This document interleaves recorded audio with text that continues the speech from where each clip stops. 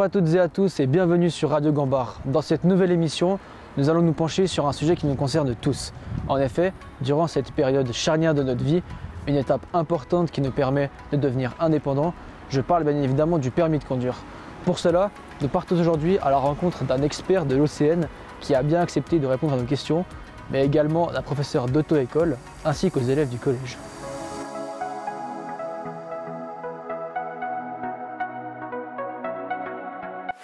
Radio Gambard.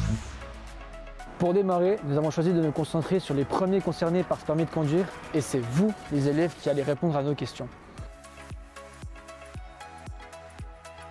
As-tu ton permis ? Alors non, je n'ai pas mon permis, mais j'aimerais beaucoup faire le permis moto. Et je pense aussi faire celui de la voiture, parce que c'est quand même plus pratique que la moto. Alors oui, j'ai mon permis de voiture depuis maintenant une semaine seulement, et j'avais fait le permis de boguer en première du CO. Alors oui, j'ai mon permis, ça fait maintenant une année et un mois, c'est depuis le 8 septembre 2021. Vas-tu profiter de la possibilité de conduire à partir de 17 ans ? Du coup, pas directement, mais je vais commencer à conduire dès que j'ai la théorie avec mes parents. Donc à ce moment-là, je vais commencer, mais c'est pas tout de suite. Oui, je conduis déjà avec mes parents et je pense prendre des cours d'auto-école d'ici peu de temps. Alors malheureusement, j'ai pas eu l'occasion encore de faire les premiers secours. Du coup, malheureusement, je pourrais pas encore conduire à 17 ans. Mais l'année prochaine, quand j'aurai 18 ans, je conduirai. Qu'est-ce que tu redoutes le plus dans le parcours du permis ? Alors c'était de savoir comment est-ce que ma voiture, elle prenait l'espace. Je ne savais pas en croisant des voitures si j'allais me prendre le rétroviseur ou comme ça. Ce qui me stresse le plus, c'est aller conduire en ville. Parce qu'il y a beaucoup de monde, il faut vraiment regarder partout, être attentif. Et je pense que quand on apprend, on peut facilement faire des petites erreurs d'inattention. Et en ville, je pense on peut facilement faire un accident. Et ça me stresse.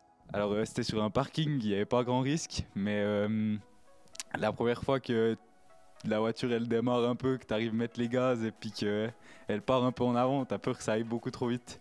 Ou une autre peut-être un peu plus concrète, c'est la première fois sur la route. C'est quand tu as une autre voiture qui arrive en face, tu as l'impression que tu n'arriveras jamais à croiser avec ton véhicule, alors qu'en fait tu as 3 fois la place pour passer. Alors moi, il faut savoir qu'au tout début, j'ai appris avec une manuelle et du coup, j'avais très peur des pentes et à chaque fois que j'étais en arrêt pour pouvoir redémarrer.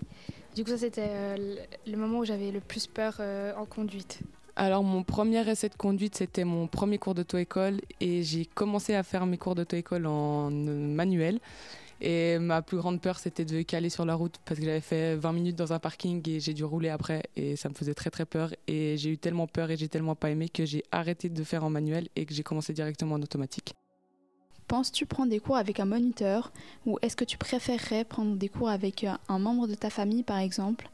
Donc je vais commencer par faire des cours avec mes parents directement, comme ça... puisque je leur fais confiance et puis je sais qu'ils savent très très bien conduire et puis ils font ça depuis longtemps. Mais je pense que je vais quand même faire 1 ou 2 cours avec un moniteur juste pour avoir l'expérience et puis vraiment savoir pourquoi il faut faire attention à l'évaluation. Alors moi au début j'ai appris à conduire avec ma maman, du coup ça m'a permis d'être à l'aise.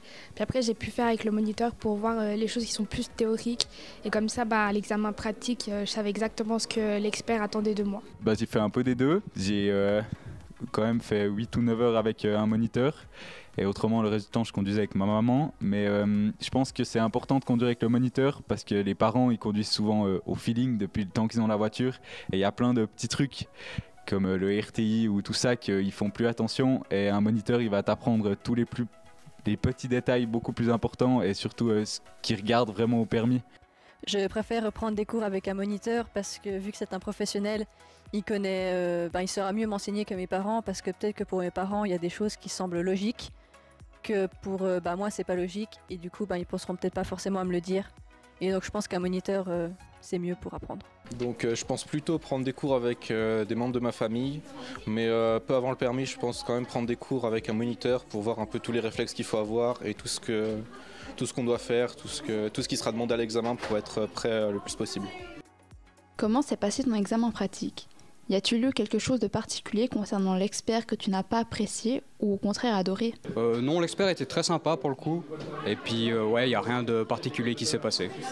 Alors oui, ça s'est très très bien passé. Mon permis, je l'ai fait en 25 minutes à peine. Ce que je peux vous raconter, c'est l'anecdote de pourquoi est-ce que j'ai pas fait très longtemps. C'est parce qu'en fait, il avait un rendez-vous chez le dentiste et du coup, il devait repartir. Du coup, c'était assez cool du coup. J'avais très peur, je pense comme tout le monde qui va passer son permis. Pour moi, ça s'est plutôt bien passé. L'expert, il était super sympa. J'ai bien aimé le fait qu'il parle avec toi pendant le permis. Ça permet de voir déjà si tu es à l'aise et puis de te changer un peu les idées, de plus pour être trop focalisé et de... c'était intéressant. Après, ça reste un moment pas très agréable parce que ça fait toujours peur du début à la fin. Mais je pense que tout le monde est capable de le faire. Puis j'ai pas de mauvais souvenirs particuliers. Alors l'expert que j'ai eu beaucoup de chance parce qu'il parlait beaucoup avec moi. Il me posait des questions sur ma vie, qu'est-ce que je faisais en dehors du moment précis, qu'est-ce que je faisais à l'école, ma famille. Du coup, ça m'a beaucoup détendue et ça m'a permis d'être plus à l'aise au volant. Penses-tu qu'il faudrait avoir des cours de rappel concernant les premiers secours, la théorie ou encore la pratique après un certain temps? Je pense que les rappels pour les Samaritains et les premiers secours, c'est une bonne idée parce que même moi déjà, je me rappelle de rien. Enfin, si j'ai un accident, je ne saurais pas du tout comment agir. Et peut-être les cours théorie aussi. Après, la pratique, c'est un truc qui vient en faisant, donc je ne pense pas que ce soit nécessaire. Mais théorie et Samaritain, ouais. À mon avis, ça peut être une bonne chose, qu'on peut facilement l'oublier. Et puis que, vu certaines personnes qu'on croise sur la route, parfois, ça serait bien. Oui, alors je pense que c'est important d'avoir des cours de rappel parce que tout simplement, moi, je sais que je les ai faits il y a maintenant 2 ans, les cours pas de sensibilisation, mais de premiers secours. Et franchement, pas que j'en ai plus aucune idée, mais ce serait bien de faire un petit refresh de tout ça. Alors, je pense que ça peut être pas mal. J'aurais pas envie de les faire, mais... en tout cas, pour les premiers secours, ça peut être assez intéressant parce que moi j'ai fait par exemple avant mon scooter, donc maintenant ça fait 5 ou 6 ans et je me rappelle de plus grand chose.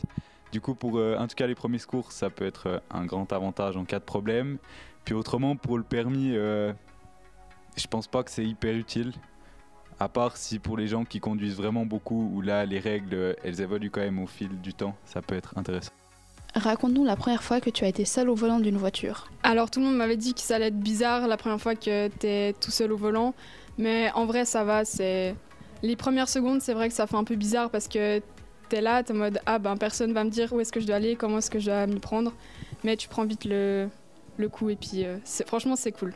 C'était du coup le lendemain que j'avais mon permis. Je suis parti et je devais aller chercher quelqu'un. C'était pas tant loin, c'était en bas du village du coup. C'était vraiment pas bien loin, mais ça fait bizarre. T'as quand même cette impression d'être totalement indépendant puis de pouvoir aller où tu veux. Mais tu t'habitues très vite et au bout d'un moment t'aimes bien conduire seul. Ça change des moments où t'as du monde, t'as pas besoin de parler et t'es juste concentré sur ta route et c'est sympa. Alors je me rappelle pas de la première fois où j'ai été toute seule, mais je me rappelle que l'après-midi même où j'ai eu mon permis, je suis directement allée à Fribourg avec un copain à moi qui venait d'avoir son permis aussi. Donc alors on était les deux dans la voiture et trop bien, on a notre permis et on était trop contents d'aller à Fribourg ensemble. Avec les pensées écologiques et le développement des transports en commun, penses-tu que le permis de conduire restera quelque chose de nécessaire dans le futur ?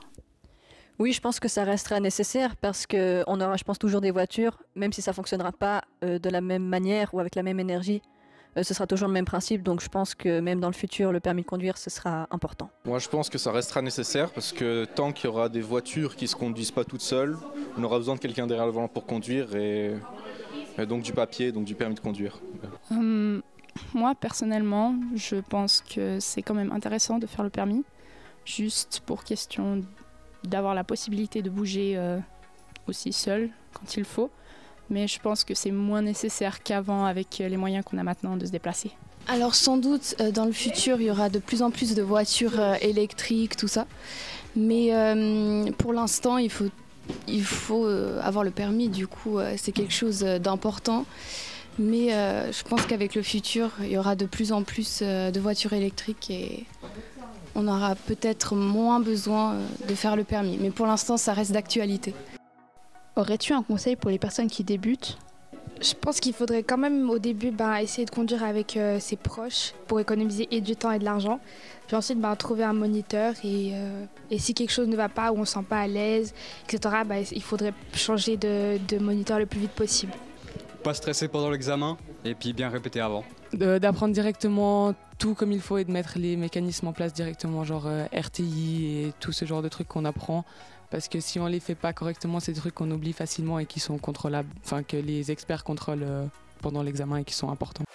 Radio Gambard. Pour continuer l'émission, notre journaliste est allé à la rencontre de celui qui vous aide à perfectionner votre conduite et à réussir votre permis. Je parle bien sûr du professeur d'auto-école. Bonjour Monsieur Engli, merci de nous recevoir dans vos locaux aujourd'hui. Pour commencer, est-ce que vous pourriez vous présenter et nous dire où nous nous trouvons? On se trouve à Marly dans l'auto-école que j'ai créée. Ben justement, j'ai créé cette auto-école de métiers. Moi, je suis mécanicien moto. Et après, j'ai été gérant d'un garage moto, Huichard à l'époque, qui a été rasé. J'ai aussi travaillé chez Bourget Moto. Et puis après, j'ai fait de la compétition, championnat suisse, championnat d'Europe et championnat du monde en GP, ce qui était ma profession à la fin, pendant 15 ans. Et puis, vers les 40 ans, j'ai créé cette auto-école. En fin de compte, c'est un peu par hasard qu'un expert d'OCN m'a dit, écoute, tu devrais faire ça et tout. Puis moi, j'étais un petit peu emballant parce que j'avais fini la compétition, je voulais prendre ma retraite là-dessus et je ne savais pas si j'allais ouvrir un garage moto ou alors me lancer dans quoi que ce soit. Et ouvrir un garage moto à l'époque, ben, encore maintenant, hein, il faut un gros fonds hein, et les banques ne prêtent pas facilement pour des garages moto. Hein. C'est un peu les bêtes noires des banques, les garages moto. Donc du coup, je me suis dit, bon, je vais essayer de tenter cette école. Bon, l'idée à la base, c'était de faire que de la moto. La voiture ne m'intéressait pas. Puis en fin de compte, on m'a convaincu qu'il fallait faire les deux. Parce que c'est vrai que l'hiver, c'est quand même un bel apport. Et puis, bon, il y a quand même un investissement, mais qui était moindre. J'ai réussi à avoir une bourse d'études parce que j'étais fauché, quoi. Et puis j'ai fait cette école, puis je me suis dit, ouais, bon, on verra. Si ça me plaît, je continue. Si ça ne me plaît pas, on fera autre chose. Parce que mon idée, c'était la vitesse. Hein, c'était pas de rouler à 80 à l'heure sur les routes ou à 50. Mais j'ai réussi à me cadrer. Et puis, en fin de compte, ouais, c'est un métier qui me plaît bien. Et donc, votre fonction ici, vous êtes le patron de cette auto-école? Ouais. Ok. Et donc, on a tous entendu parler en janvier 2021 de l'année passée, donc, la loi qui est passée, qui permet aux jeunes de 17 ans de faire de la conduite accompagnée pour la voiture et aux jeunes dès 16 ans d'avoir un 2 roues de 125 cm3. Vous en pensez de quoi de ça? Alors, si on parle déjà de la voiture, moi j'ai toujours été fervent. J'avais même fait un thème là-dessus aussi pour mes examens de moniteur, où je trouve que l'apprentissage, plus il est fait, tant mieux c'est. Hein. Moi, je préférais même que ce soit encore plus tôt, même dans le cadre de l'école, faire des jardins de circulation pour prendre conscience des dangers chez les enfants et les plus jeunes. 17 ans, moi je trouve que c'est bien, ouais. Alors, après, il y a toujours du pour et du contre dans chaque chose. Si un jeune il roule à 17 ans, puis de temps en temps il vient chez un professionnel pour se cadrer un tout petit peu et après prendre beaucoup de métiers, c'est super. On en a eu quelques-uns, c'est sur la bonne ligne. Il y a moins de leçons, hein, puisque le jeune il s'entraîne entre deux. Il y a des parents aussi qui ont de bonnes facultés pour transmettre. Il y en a qui en ont moins. Quoi. Puis il y en a qui ne le font pas. Donc des fois, ce qui arrive aussi, c'est qu'ils ont roulé avec les parents, des fois pas mal de kilomètres, et puis des fois c'est l'inverse, il faut déconstruire des choses qui ne sont pas justes. Donc des mauvaises habitudes? Des mauvaises habitudes, des façons de faire à l'ancienne. Donc des fois il faut déconstruire et reconstruire, donc des fois c'est un peu tendu. Mais c'est une bonne chose, oui, c'est une bonne chose. Pour nous, on a un peu, comment dire, c'est un peu une manque à gagner parce qu'on fait un petit peu moins de leçons quand même. Mais c'est pas grave parce qu'on a des personnes de qualité qui ont un petit peu de métier. Après, le problème qu'il y a, c'est que si il y a un jeune qui roule quelques heures avec ses parents, puis il est persuadé d'être bon pour l'examen, les parents, oh ouais, ça va bien, il n'y a pas de souci. Puis des fois, on les prend et puis il me dit, ah, ben, je vois un examen tout de suite. Mais des fois, c'est un peu catastrophique, quoi, parce qu'il y a tout qui est à côté, l'allure, l'approche, il y a beaucoup de choses qui ne jouent pas. Alors, il y a du pour et du contre, comme dans chaque chose, mais moi, je pense dans l'ensemble, c'est une bonne chose. Oui. Donc, vous remarquez globalement quand même une petite baisse de la fréquentation de votre établissement? Alors, je ne pense pas que c'est dû tellement aux 17 ans, c'est surtout dû à l'automatique. C'est ça qui a fait la grande différence, c'est quand ils ont mis on peut accéder au permis à boîte à vitesse en passant l'examen avec une automatique. C'est surtout ça qu'on ressent. C'est pas tellement le fait de faire à 17 ans. Et donc, vous remarquez peut-être plus d'aisance chez vos élèves qu'auparavant, s'ils ont déjà eu une année, par exemple, derrière eux ou quelques mois de conduite? Oui, oui. Oui, donc ça c'est aide, les parents ça aide qui ont bien. eu peur à notre place, c'est bon. Quoi. Ils sont pris 2-3 bordures. Et puis non, alors c'est vrai que le fait de rouler, que ce soit en karting, en voiture, de toute façon, peu importe, même si c'est juste tout faux, le regard, de toute façon, on a beau faire des grandes théories sur les yeux, hein, c'est en pratiquant que ça vient. Donc voilà, des fois, on a quand même des parents qui disent non, moi je m'en occupe plus, débrouillez-vous avec lui, parce que on est passé 2 fois dans le trottoir, on a failli passer en bas un ravin. Voilà, mais, ici, on remarque quand même une différence d'aisance quand même. Donc, depuis cette loi, il est plus obligatoire, strictement obligatoire de prendre des cours, mais est-ce que vous le conseilleriez quand même de prendre des cours chez un professionnel? Moi, je pense que quelqu'un qui ne fait pas du tout de cours, c'est un peu un double tranchant. Hein. Il y a peu de chances qu'il réussisse quand même. Parce que les parents ne sont pas au clair vraiment des directives d'examen, de tout ce qui est contrôlé. Donc, parquages latéraux, manœuvres, marche arrière, tout ça. Ouais, moi je pense qu'un élève qui est top, qui a des parents bien, qui sont peut-être dans l'enseignement ou même dans la police, des fois il y en a qui bossent au TPF comme chauffeur poids lourd, en général ils arrivent à transmettre de bonnes choses. Ouais. Mais je pense qu'il faut quand même un minimum de 3-4 heures. Minimum. Mais c'est pas obligatoire. Ouais. Mais c'est vivement conseillé. Si le gars ne veut pas se planter, il faut quand même une petite notion des choses. Qu'est-ce qui lui attend déjà? Donc c'est une sorte de sécurité pour savoir ce qui sera exactement attendu et contrôlé à l'examen. Après, si la personne n'est pas au clair par rapport à ça, en général, ils loupent. Hein. Ceux qui ne passent pas chez un moniteur, ils loupent très souvent. On peut voir les statistiques par rapport à ça. Mais il va réussir la deuxième fois peut-être. Parce qu'une fois qu'il sera planté, l'expert va lui dire, voilà, il y a la feuille ici. Hein, il y a tous les critères, les indicateurs d'examen dessus. Après, il regarde sa feuille, puis il fera juste la prochaine fois. Mais il ne peut pas deviner. Ouais, à moins qu'il vraiment prenne le truc à cœur, qu'il se renseigne, puis qu'il demande un rapport d'examen, comment c'est fait, puis qu'est-ce qui est contrôlé. Est-ce que vous jugeriez important d'avoir des cours pour revoir certains aspects théoriques, ou bien aussi des aspects du premier secours, ou éventuellement d'apprendre à certaines personnes qui ont le permis depuis tant d'années, des nouvelles lois qui seraient passées, ou juste de revoir, histoire de rafraîchir un peu la mémoire? Oui, je pense que ça fait du bien à tout le monde. Personne n'a envie de le faire, mais ça ferait du bien à tout le monde. En tant que moniteur, nous, on a des cours obligatoires. Tous les périodes quinquennales, on doit faire 5 jours de perfectionnement, se remettre au goût du jour et tout. Il y a une proposition qui a été faite, mais qui a été refusée par le Parlement.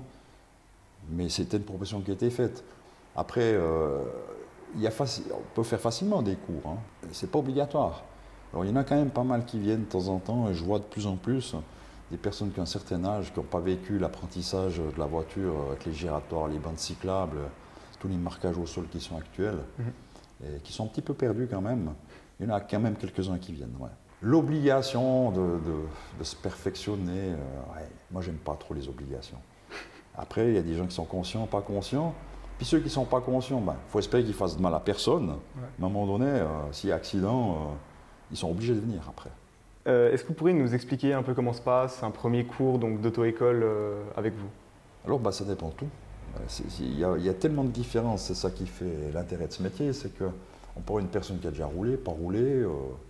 Imaginons maintenant, avec la nouvelle loi qui est passée, on va prendre un cas de quelqu'un qui a déjà eu quelques mois d'expérience avec ses parents, par exemple avec une automatique, donc qui n'a pas forcément eu de manuel ou très peu. C'est vrai que ça dépend tout des métiers que le jeune va faire après. S'il est dans le bâtiment, les camionnettes, tous ces petits travaux, là, c'est tout des boîtes à vitesse en cours. Après, ça dépend, ça vient de la campagne, le tracteur et tout. Après, il reste encore, heureusement, cette conscience-là de dire, ok, mais moi j'aimerais que mon fiston ou ma fille, elle ait au moins un petit peu d'habilité au cas où. On peut imaginer que tout d'un coup, il y a une voiture à boîte à vitesse qui est là, on a le permis, je ne sais pas, il y a un enfant qui se blesse, il faut l'amener à l'hôpital. Je ne sais pas rouler. C'est dramatique quand même, même en ayant le permis. Alors je ne demande pas que quelqu'un puisse partir sans cale et secouer un peu la bagnole, on s'en fout. Mais qu'il ait les capacités quand même se déplacer et puis pas faire trop de conneries. Parce que quand on ne maîtrise pas une boîte à vitesse ou un embrayage, ça peut quand même faire mal sur un commun. Donc certaines personnes on fait, je ne sais pas, des fois 4, 5, 6 leçons en manuel. Et puis une fois qu'on sent qu'il y a une certaine habilité, une certaine routine, pour passer aux choses suivantes, c'est-à-dire l'observation, les présélections, les approches d'intersection, surtout analyser les situations ambiguës, l'intégration. Après, on peut sauter directement de nouveau dans l'automatique. On enlève tout ce poids de psychomoteur sur la boîte à vitesse, puis la personne elle est beaucoup plus libre pour apprendre le reste. Puis des fois, il y en a qui disent « Ouais, ben bon, maintenant j'ai fait avec l'automatique, l'observation, tout va bien. Moi, j'ai bien envie d'aller avec la manuelle. » Puis des fois, ils vont avec la manuelle. Des fois, avec l'automatique, c'est selon. Donc tout dépend des cas que vous avez. Mais en général, ils préfèrent l'automatique, c'est quand même plus relax. C'est plus simple, ils ont plus de temps pour pouvoir se concentrer sur l'environnement, sur les présélections et tout ça. Moins de choses à faire, ils risquent moins de se louper. Après, ce qu'il faut comprendre maintenant, c'est qu'à l'époque, ils étaient exigeants avec... si quelqu'un ne roulait pas à fin avec son embrayage ou avec sa boîte à vitesse, secouait trop l'expert, ça peut être une source d'échec. Parce que la maîtrise technique n'était pas bonne. Puis maintenant, celui qui fait l'effort d'aller avec une boîte à vitesse, il lui pardonne beaucoup plus. Des fois, tu peux caler 3-4 fois pendant l'examen, secouer un peu l'expert, bon, il va faire un petit peu la grimace à la fin, mais vu qu'il a fait l'effort de qu'une boîte à vitesse alors qu'il aurait pu venir sans, il pardonne beaucoup plus. Il y a un petit peu plus de laxisme là-dedans, quoi. Est-ce que vous auriez une ou deux anecdotes à nous dire qui se seraient passées soit à moto ou à voiture? J'ai une fois, on dit toujours que le regard c'est 90%, j'ai 95% de la conduite. Puis une fois j'ai eu une élève, on roulait dire un tracteur avec une fuste à purin. Puis j'avais déjà averti l'élève qu'il était un peu proche, quoi. Et puis tout d'un coup, on part sur une route de campagne, mais une grande route principale. Puis le gars avec son tracteur, il sort dans le champ. Elle a fait quoi? Elle l'a suivi. Il est dans le champ, C'était tellement marrant. Moi, j'étais un peu surpris. Puis souvent, je dis, on va la laisser aller, qu'elle se rende compte. Non, elle suivait dans le champ, quoi. Donc, elle n'avait pas remarqué que la route continuait tout droit, quoi. Non, puis que le tracteur, il allait puriner, quoi. Donc, à un moment donné, je dis, ouais, mais il faudrait que je fasse quelque chose, parce que le machin, il ouvre les vannes. Donc, tout d'un coup, je dis, lâche toutes les commandes. J'ai repris la voiture en main, marche arrière, puis on est foutu le camp, quoi. Puis effectivement, 30 secondes après, l'autre, il purinait son truc. Et c'était un bel exemple du regard, justement. Le regard, c'est impressionnant, comme ça peut tirer où on veut aller. Si vous aurez quelques conseils à donner pour nos spectateurs, pour faire en sorte que leur parcours se passe sans encombre, donc le regard, c'est déjà une chose qu'il faut bien travailler, j'imagine. C'est pas un clé, Ouais, mais c'est principalement, effectivement, bien guider les yeux et puis surtout aller chercher des informations hyper loin. C'est clair qu'un citoyen qui marche, il n'a pas besoin de regarder à 50 mètres au loin. On a l'habitude de regarder devant soi, ça c'est naturel. On n'a pas été créé pour regarder si loin. Donc le truc, c'est vraiment, si on veut amener quelqu'un à bien travailler, c'est de dicter à fond le regard. Il y a un indicateur de danger à gauche, à droite, mais le regard, c'est le principal. S'il reste fort un petit peu, pas grave, parce que le regard est loin, parce qu'on va aller chercher les infos, puis on ne se fait pas surprendre. C'est ça, le pire, c'est de subir des situations qu'on n'a pas vues. Donc travailler l'anticipation en priorité, par exemple? Par rapport au regard, oui. Souvent, on voit des gens qui roulent, on les voit devant nous, on a vu le danger plus loin et lui, il freine encore pas. Puis on se dit, ça va faire mal, l'autre, il va freiner au dernier moment. Des fois, ça cartonne. Mais nous, on l'a vu avant. Et lui, il avait les yeux collés sur la voiture de devant, il ne s'est pas rendu compte. Donc ça, c'est vraiment le point clé, que ce soit en moto, en voiture. Si la personne regarde à la bonne place, avec un regard aussi qui n'est pas bloqué, pas fixe, qui fait des multi-contrôles à gauche, à droite, c'est ce qu'on travaille spécialement en automatique maintenant. Donc je pense que c'est quelque chose qui pourra bien aider nos spectateurs. Merci beaucoup. Pour conclure cette émission, nous allons maintenant nous rendre du côté de Martin, qui a rencontré celui qui vous donne vos permis, un des examinateurs de l'OCN.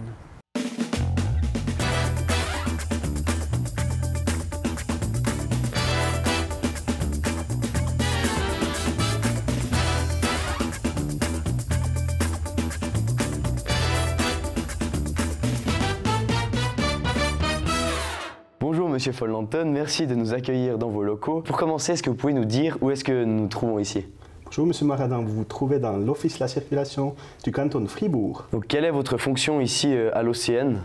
Alors j'ai commencé en 2005 comme expert de la circulation et depuis 2017 je suis responsable des examens de conduite. Très bien, et quelles ont été les raisons qui vous ont poussé à faire ce travail et qu'est-ce qui vous a donné envie d'être celui qui allait donner les permis? Alors, vu que je suis mécanicien de voiture de la base, c'était toujours mon rêve de venir travailler à l'OCN comme expert de la circulation. Après, je suis devenu expert de la conduite et puis j'aime beaucoup le contact avec les candidats et puis, ouais, j'aime beaucoup mon travail, quoi. Vous savez très bien, et nous aussi, qu'il y a une loi apparue récemment qui nous permet à nous les jeunes de conduire accompagnés à partir de 17 ans. Est-ce que vous pensez que c'est une bonne chose? Alors moi, personnellement, je pense que c'est une très bonne chose. Déjà, vous devez rouler jusqu'à 20. Si vous prenez votre permis d'élève avant 20 ans, vous devez rouler 1 an en compagnie. Et puis, ça vous permet de rouler dans toutes les saisons. Et puis, ce qui est aussi important, si vous avez la possibilité de pratiquer, quoi. Il faut conduire. C'est pas un peu dangereux de laisser un jeune de 17 ans au volant d'une voiture? Alors non, je dirais pas, c'est pas plus dangereux que quelqu'un qui a 18 ans, parce que de toute façon, vous êtes accompagné par quelqu'un. Et ressentez-vous, en tant qu'expert, un manque ou au contraire un gain d'expérience chez les candidats suite à cette nouvelle loi? Est-ce que les candidats ont plus de facilité ou au contraire, est-ce que c'est plus dur qu'avant? Alors ceux qui ont la possibilité de profiter de ce changement de loi et puis qui peuvent régulièrement conduire, je crois que le niveau c'est quand même plus haut qu'avant, quoi. Après, il y a certains qui ne peuvent pas conduire en privé puis qui n'ont pas les moyens d'aller chez un moniteur. Là, ouais, là c'est clair, c'est un petit peu, c'est resté la même chose. Mais si quelqu'un il pratique pendant ces années, qu'il roule en privé et puis aussi avec le soutien d'un moniteur, il peut vraiment profiter. Ouais. Donc on peut retenir que c'est quand même une bonne chose chez les élèves, cette nouvelle loi. S'il peut profiter, puis s'il profite de rouler, oui. Nous allons maintenant passer aux questions concernant plus précisément l'examen pratique, avec une question que tous les candidats au permis se posent. Est-ce qu'il y a une différence entre passer le permis de conduire avec une voiture automatique ou avec une voiture manuelle? Est-ce qu'il y a un des deux qui est plus facile? Est-ce qu'il y a un des deux où l'expert va moins regarder l'élève? Ou comment ça se passe à ce niveau-là? Pour moins garder l'élève, je ne dirais pas, parce que les exigences sont exactement les mêmes. Au niveau formation, moi je pense si vous conduisez en automatique, la formation est quand même plus facile, quoi. Parce que vous ne devez pas changer les rapports de vitesse, vous ne devez pas faire des démarrages en côte. Donc au niveau formation, moi je trouve automatique c'est plus facile. Après aussi pour l'examen, parce qu'on ne doit pas changer les rapports de vitesse. Mais encore une fois, les exigences, ça reste la même chose. Il y a plus d'échecs en manuel ou en automatique? Je crois, depuis qu'on a fait le changement, les taux de réussite, ça reste plus ou moins la même chose. Et est-ce qu'il y a beaucoup d'erreurs fréquentes que vous retrouvez chez la plupart des élèves? Alors, sur la plupart des élèves, je ne dirais pas, parce que la plupart des élèves, ils réussissent quand même leur examen du premier coup. Mais ceux qui doivent revenir souvent, c'est l'anticipation et puis l'observation. Il y a encore un manque l'anticipation et puis l'observation, quoi. Étant donné que vous êtes expert depuis de nombreuses années, est-ce que vous avez déjà craint la réaction d'un élève conducteur à votre annonce en fait qu'il ait raté le permis? Non, je n'ai pas eu peur. Est-ce qu'il y a des candidats qui ont eu des mauvaises réactions ou qui étaient énervés? Pour mauvaises réactions, c'est clair, c'est émotionnel, quoi. Si c'est un échec, on n'aime pas avoir d'un échec dans la vie. Mais après, c'est la même chose. J'ai aussi eu déjà des réussites qui ont commencé à pleurer parce qu'ils étaient très, très, très contents, quoi. Mais j'ai jamais eu peur dans le véhicule si j'ai dit que c'est un échec. Vous êtes sûrement au courant que plusieurs clichés autour du permis de conduire tournent chez les jeunes. Est-ce que c'est vrai que les experts sont plus stricts avant les vacances d'été? Alors moi je ne pense pas, parce que justement les exigences c'est toute l'année les mêmes. Après peut-être c'est aussi la formation, c'est pas la même comme... Je sais pas, peut-être les élèves veulent venir vite avant leurs vacances d'été pour passer l'examen, ça c'est aussi une possibilité. Mais chez nous les exigences c'est toute l'année la même chose. Pour continuer avec ces clichés, est-ce que c'est vrai qu'il y a un nombre limite d'élèves qui peuvent avoir le permis par année, donc que les experts sont plus stricts vers la fin de l'année? Non, c'est un petit peu la même réponse que je viens de vous donner. Donc les exigences, c'est toute l'année la même chose. Et puis, à savoir que sur Fribourg, on a beaucoup de candidats qui viennent avec le moniteur.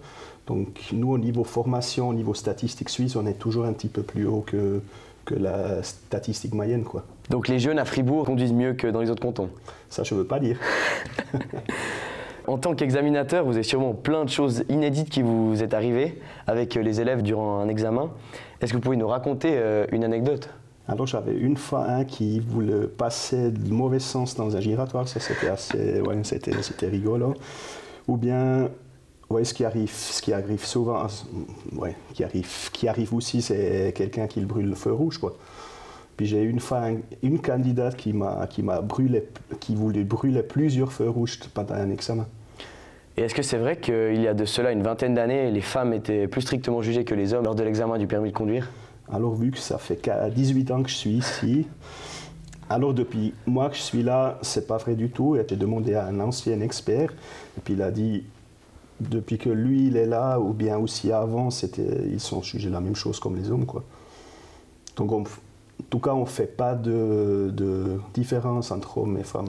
Et pour finir, nous aurions une dernière question, étant donné que la plupart de nos spectateurs sont des jeunes qui vont bientôt passer leur permis. Est-ce que vous auriez un conseil à donner à quelqu'un qui est sur le point de passer son permis? Alors moi, je conseille à tout le monde de vraiment se préparer comme il faut à l'examen. Donc vraiment que le niveau est assez haut. Parce que des fois, à l'examen, ce qui arrive, c'est qu'il perd un petit peu les moyennes. Et puis là, si on a le niveau qui est vraiment haut, on a encore assez pour réussir l'examen. Puis après, je tiens aussi à préciser, c'est que préparez-vous, utilisez cette année de formation pour conduire si vous avez la possibilité avec vos parents. À parallèle de ça, prenez aussi des leçons chez le moniteur de conduite. Parce que si vous roulez seulement avec vos parents, peut-être vous prenez des mauvaises habitudes. Je ne veux pas dire que vos parents ont des mauvaises habitudes, mais avec les années, on prend des mauvaises habitudes. C'est pour ça, moi, je trouve important qu'on est suivi par un moniteur, quoi. Donc on va retenir que le plus important, c'est une bonne préparation et quand même aller voir 2-3 fois un moniteur pour être sûr que nos parents nous ont transmis les bonnes choses. Oui. Alors merci beaucoup, Monsieur Follanten, de nous avoir accueillis et d'avoir répondu à nos questions. Merci à vous. Et puis, pour tous ceux qui passent leur permis, bonne réussite. Et puis, nous, on n'est pas là pour... Pour nous, c'est plus facile de dire oui que non, quoi. Il faut pas penser que les experts, je sais pas, ils vous amènent dans des choses que notre but, c'est que vous nous montrez ce que vous avez appris, quoi. Et puis, c'est voir si vous êtes capable de rouler tout seul dans le véhicule. Et voilà, nous arrivons au terme de cette émission. L'équipe de Radio Gambard espère que vous en avez appris davantage sur le permis et que vous êtes motivé à conduire dans le futur, si ce n'est pas déjà le cas. Si l'émission vous a plu, n'hésitez pas à la partager à vos amis, à laisser un pouce bleu et à nous donner votre avis en commentaire. Merci à toutes et à tous et à très bientôt sur Radio Gambard.